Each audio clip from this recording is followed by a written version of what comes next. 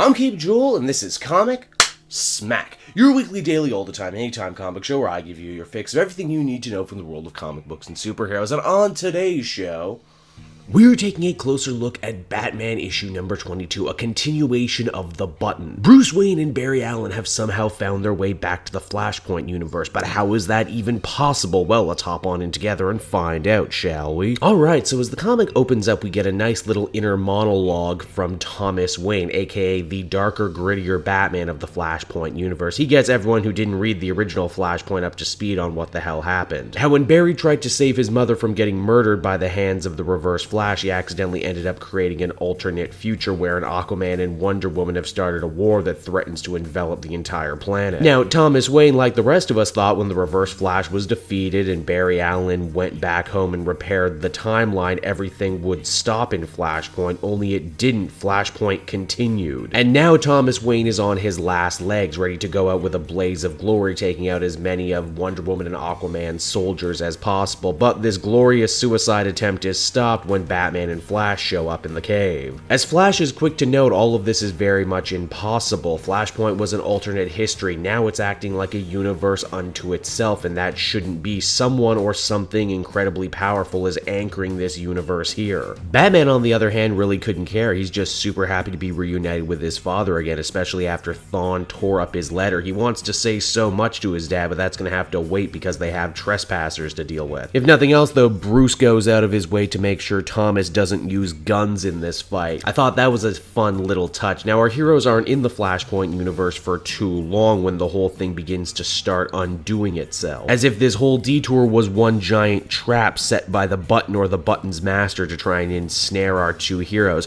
Bruce desperately wants his father Thomas to come with them wherever they go next, but Thomas knows he can't. He needs to go down with his ship, but before that happens, Bruce is able to tell his own father that he's a father too now. He has a son, Damian. And, I mean, you know, all those adopted kids and surrogate kids too, but Damian, though. Now, before Flashpoint can come crumbling down around our heroes, Thomas imparts some wisdom on Batman. He says, don't let the superhero life destroy you. Be the father to your son that I could never be to you. Don't feel you need to be Batman to honor me and your mother. You've done enough, son. Let it go. Well, after that absolutely heart-rending moment, Batman and Flash are back on the cosmic treadmill and heading to wherever it is the Button just so happens to be leading them. And because anything is possible in a story involving the Flash and time travel, they just so happen to loop and meet up with the Reverse Flash after stealing the Button from the cave in the beginning of this story. Where's Thawne headed right now? Oh, you know, nowhere special, just to see the face of God. In fact, the next part of this story, the finale, is called The Hand of God.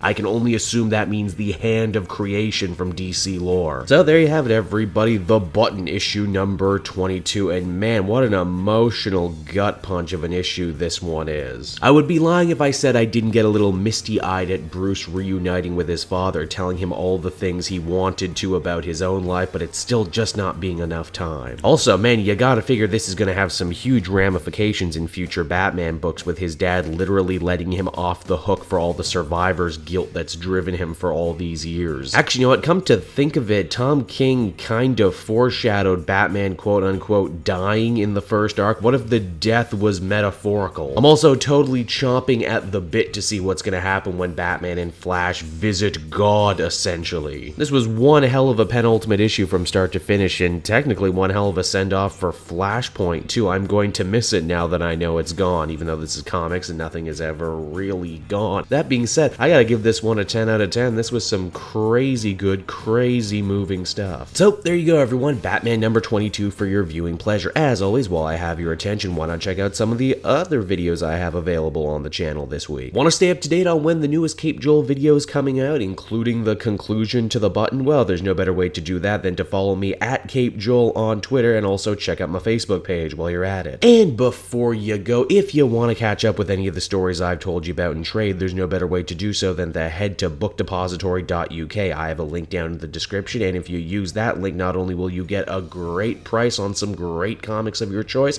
but you'll also help support me and the channel, as a small percentage of every sale goes to moi. So, until then, everyone, I've been Cape Joel. Thank you so much for watching, and I will see you in another video. Bye-bye.